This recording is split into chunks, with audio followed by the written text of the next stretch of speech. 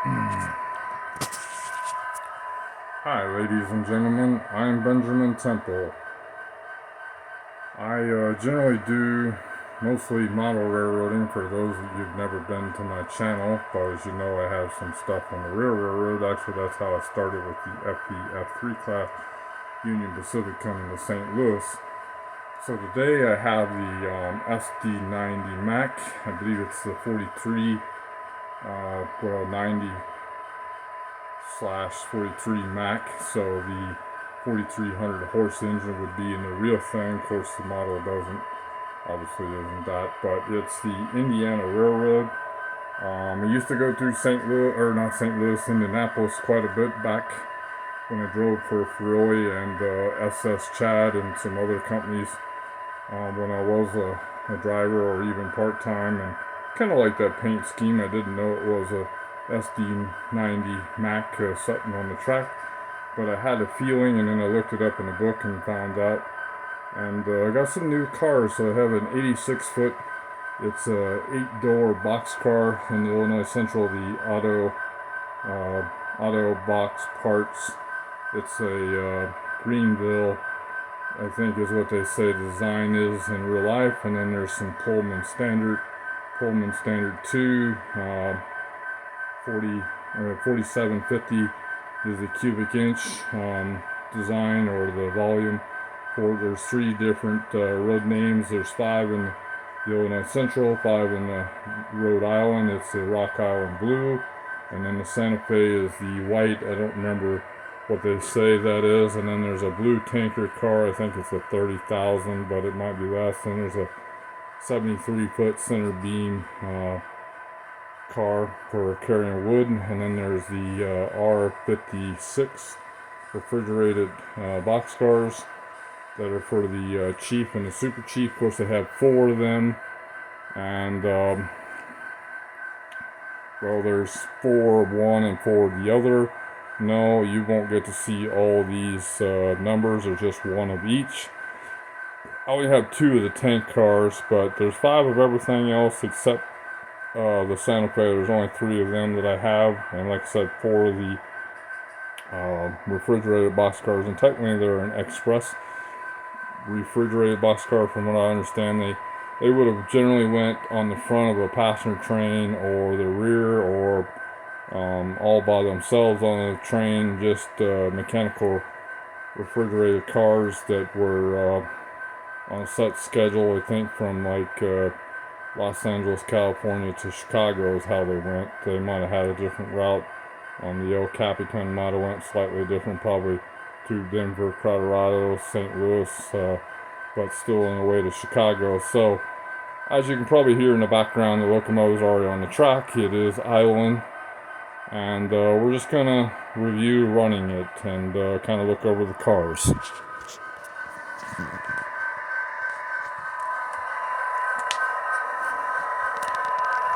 So, like I said, here's the SD90 Mac and the Indiana Railroad paint scheme, the red and silver. Now, they did have the 25th anniversary. I got this through Coreyville Station, which, you know, they have discounts for their customers, and even better discounts for those long-term customers, which Becky Shoemaker did the order for me. It was kind of the last minute. I wasn't planning on, and I was even lucky. The 25th anniversary was sold out, or at least what she saw at the time. I looked later, I saw it looked like it's back in stock, at least on the Athearn website, which is who makes the model. I like this one. I didn't want the 25th anniversary. It is a really nice engine from what I can see. So it's really amazing. I've only got it, well, my throttle goes 1 through 5 on the turn dial, and I've got it less than 1, and it's, you know, moving along at, I don't know, 3-5 mile an hour scale probably would be, if I had to take a guess. That's not guaranteed, so don't quote me, but I think the detailing is just immaculate on this engine. Then, like I say, this is the 86-foot boxcar in the Illinois Central, the Greenville 8-door And then there's the Pullman Standard 2 4750. And then there's the Rock Island, as it says, the Rock or Rock Island. It's the Bankrupt blue color. And then here's the Santa Fe, or the Atchison, Topeka, Santa Fe Railroad. Then here's the blue tank car. I did do some research, but forgive me, I don't remember. And then here's the 73-foot partial, I think is the way it classifies it, Atlas does, or partition center beam. And then on the back is the 50, 55 or 56 mechanical refrigerated cars that Rapido makes. So the center beam is an Atlas. The tank car is an Athearn, and the hopper car, covered hoppers to the boss car, are Tangent. And then these express refrigerated cars are Rapido, who makes them. I think they're really nice. I thought they were the sound version, but it turns out they're wired up and set to go, but they do not have sound on these versions that I got. I guess you got to order that from what I understand. So we're just testing the crawl mode, and even with, there's the horn you can hear, there's the bell, there's the short horn. Now there's some other functions. I'm not really going to go through all of that. It does have ditch lights that light up on the front. Unfortunately, they do not flash when you blow the horn. At least I didn't see that. And I tried F24 and 25, which is auxiliary light effect. It says only if equipped. I'm guessing it's not with this locomotive. You can do some other stuff. There's F15 is the handbrake. F12, which is the brake squeal. F11 is brake set release. So you can do all that. I'm not going to go through all that because I know some of you looking for a review. I'm not calling this a review video. I'm just showing and running for my own fun and purpose. No, I did not study the SD90 Mac. I mean, in the past I have. I know there's an H2 version that the Illinois Central has, and that has 6,000 horsepower. And I want to say those are like 76 feet long, but that might not be right. That might be the SD90 ACE units that I'm thinking of, or 74 feet and 3 inches. It might be something like 80 feet on the SD90 Mac, but it is a big engine. How big? Well, it still doesn't beat the Centennial. It also still doesn't beat the Centennial on horsepower, tractive effort. I know for the Centennial it's 136,000 pounds of tractive effort to the ground. I couldn't tell you what the SD90 Mac is off the top of my head, but it's pretty impressive. It's probably more just taking a wild shot guess. I didn't buy this engine necessarily because of horsepower. I just thought it was neat, and yeah, big engines are my thing, as you say, so I guess in truth I did buy it because it's a big engine. I just thought it was pretty neat and thought I'd show it off.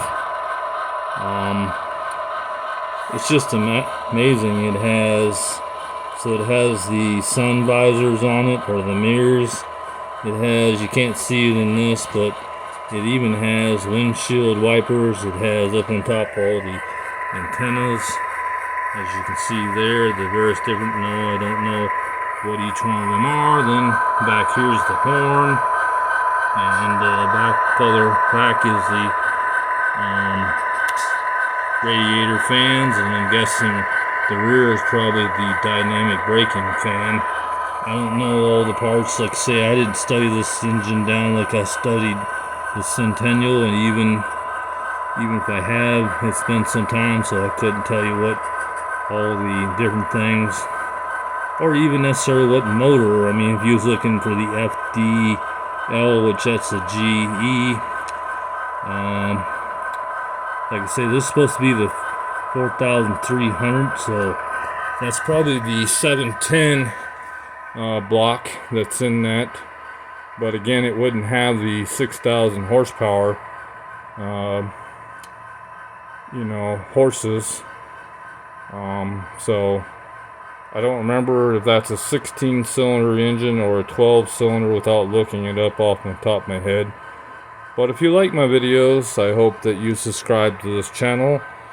I might also, I don't care if you give me feedback. The only thing that I'm asking for some people that might have some negative comments, please be professional about them. Also, if you have something that you can, please back it up with, what book or reference you got it from. I'd appreciate that. Or if you're first-hand knowledge, please say that you work for a railroad. But also, don't be a jerk about it. Be real. Don't say a bunch of bull crap that's not true. I do not like people that are like that, because I guarantee you every time you can do that, I'll show you right here. I got books on the shelves. They're a railroad. There's a whole bunch of Southern Pacific here. No, I don't have everything. It's mainly steam and the daylight passenger trains, some cab Fords. There's some Amtrak there. There's some Santa Fe there, and then down below is the Union Pacific. There's also missing some books that are out in my shed that are in the filing cabinet. There's also some ARIMA stuff because I belong to ARIMA, and of course my books are there. Then in the other bookshelf, which is over here, is about locomotives. So that second to bottom shelf is locomotives, steam, diesel, E.M.D, GE, let's see, Alco, Lima, however you forget how you pronunciate it. Well, then there's some just books on like railroad terms. There's diesel engines, of course there was on the bottom for the Union Pacific.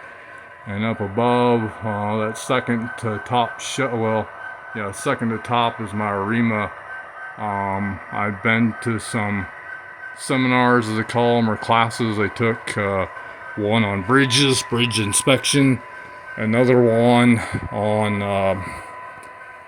what do they call that? So I'll just pull it out, that'd be easier. So there's the introduction to positive train control. I took one on that. Then there's one on introduction to practical railway. Introduction to practical railway engineering. I took one, like I say, on that. Why you say I did that if I have all these books and I've studied the railroad? Well, people used to say, well, what makes you an expert? And I'd say, well, I studied. Well, how does that make you? So I took a class and I got a certificate. Does that make me an expert? I don't know. Anymore, I don't really care. This is more that you get to know. You find out the less that you really knew, and that's happened a lot. But I really love the railroad learning, and every time I buy a new book and get to read it, or buy a new model and get to study it, say, well, if that's true, then why haven't you studied this new locomotive? Well, just haven't had the time, looking for a job and moving and all that sort of thing. So anyhow, I hope you enjoyed this video, and if you have any, please, if you like it, subscribe. Hopefully, even if you didn't like it, you subscribe and you'll give me some pointers on things that could help my videos. I'd be grateful. Thanks, take care, bye-bye.